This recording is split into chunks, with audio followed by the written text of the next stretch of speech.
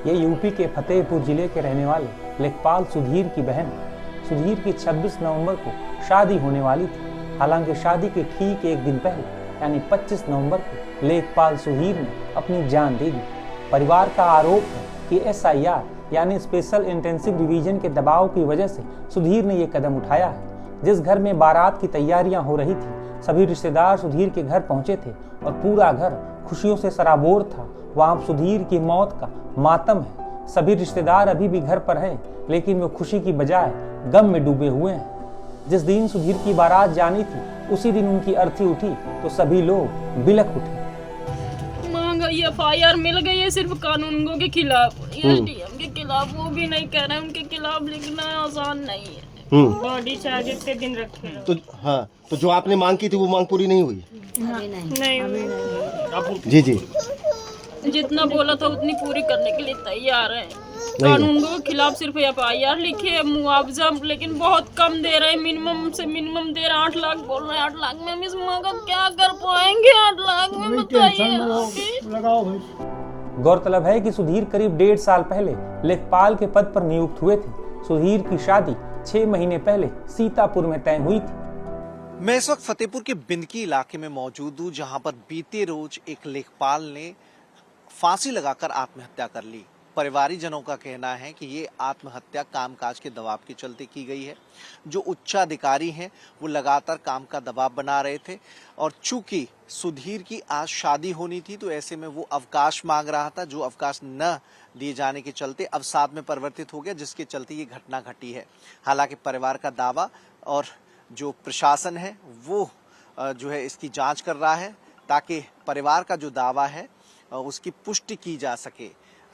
चूंकि लेखपाल भी यहाँ पर मौजूद हैं जो सुधीर के साथ काम करते थे, उनका कहना है कि जिस अधिकारी को ये रिपोर्ट किया करते थे उस अधिकारी की कार्यशैली ठीक नहीं है, जिसके चलते कई और जो अधीनस्थ हैं वो परेशान हैं। अमर्यादित व्यवहार की तमाम घटनाएं हो चुकी हैं, तो ऐसे में उस अधिकारी के खिलाफ कार्रवाई की जानी चाहिए। हालांकि पुलिस प्रशासन के अफसर इस पूरे मामले की जांच कर रहे हैं और बहुत जल्द जांच के बाद एक्शन लिया जाएगा। दरअसल इस समय देश के करीब 1 दर्जन राज्यों में SIR चल रहा है। 5 लाख से ज्यादा बूथ लेवल ऑफिसर यानी BLO SIR प्रोसेस में जुटे हुए हैं। हालांकि इन सब के बीच पिछले 22 दिनों में 7 राज्यों में 25 BLO की मौत हो गई है। इन मौतों के बाद यूपी, मध्य प्रदेश, राजस्थान और पश्चिम बंगाल तक में जमकर आरोप प्रत्यारोप लग रहे हैं। बता दें कि बरेली में 26 नवंबर को BLO सर्वेश गंगवार अचानक गिर पड़े और अस्पताल पहुंचने से पहले ही उनकी जान चली गई। दावा किया जा रहा है कि काम को लेकर प्रशासनिक दबाव की वजह से उनकी जान गई है। वहीं यूपी के गोंडा जिले में जहर खाकर जान देने वाले BLO और शिक्षक विपिन यादव के पिता ने भी प्रशासन पर गंभीर आरोप लगाए हैं। बंगाल में भी ममता सरकार SIR और BLO की मौत पर इलेक्शन कमीशन और केंद्र सरकार पर हमलावर है। तो वहीं मध्य प्रदेश की राजधानी भोपाल में भी यूथ कांग्रेस ने SIR के खिलाफ जोरदार प्रदर्शन किया है।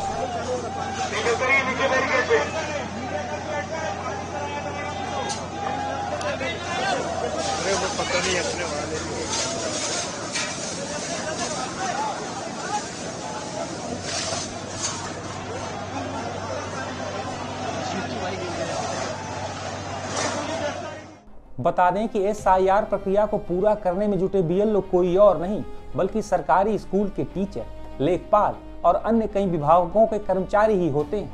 बता दें कि BLO की भूमिका काफी अहम होती है। वे अपने क्षेत्र के हर मतदाता से जुड़ी जानकारी जुटाते, वोटर लिस्ट को अपडेट करते और मतदान केंद्रों से जुड़े सभी मूलभूत कार्यों को संभालते हैं। BLO वे व्यक्ति है जो मतदान के दिन भी सबसे अहम भूमिका निभाता है। SIR के बीच कई BLO ने काम के दबाव की वजह से इस्तीफा दे दिया है, तो कई BLO की काम के दबाव की वजह से जान चली गई है। केरल और बंगाल में हुई BLO की मौतों के बाद BLO और कर्मचारी संघों ने विरोध प्रदर्शन किया है और अधिकारियों से तनाव कम करने के लिए कार्रवाई करने की मांग की है। इस बीच पूर्व मुख्य चुनाव आयुक्त OP रावत ने SIR प्रक्रिया और BLO पर बढ़ते दबाव पर कहा है कि अगर चुनाव आयोग कुछ बुनियादी समस्याओं पर ध्यान दे तो BLO का काम काफी आसान हो सकता है। मध्य प्रदेश में BLO को ऐप पर कैप्चा भरना बड़ी परेशानी दे रहा था, लेकिन जैसे इसे हटाया गया उनका काम आसान हो गया। वहीं चुनाव आयोग ने बीएलओ के मौत मामले में चिंता जताई है। इसके साथ साथ चुनाव आयोग जिला और राज्यों की रिपोर्ट का इंतजार भी कर रहा है। इस बीच बीएलओ के भत्तों को दोगुना कर 12,000 रुपए सालाना कर दिया गया है और एसआईआर से जुड़ी इंसेंटिव राशि 2,000 रुपए कर दी गई है।